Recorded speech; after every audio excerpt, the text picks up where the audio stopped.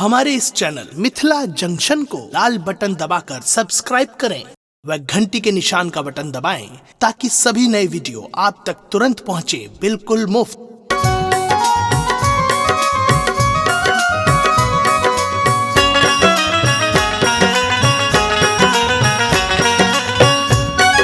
अपने सुन रही थी गंगा कैसेट के प्रस्तुति।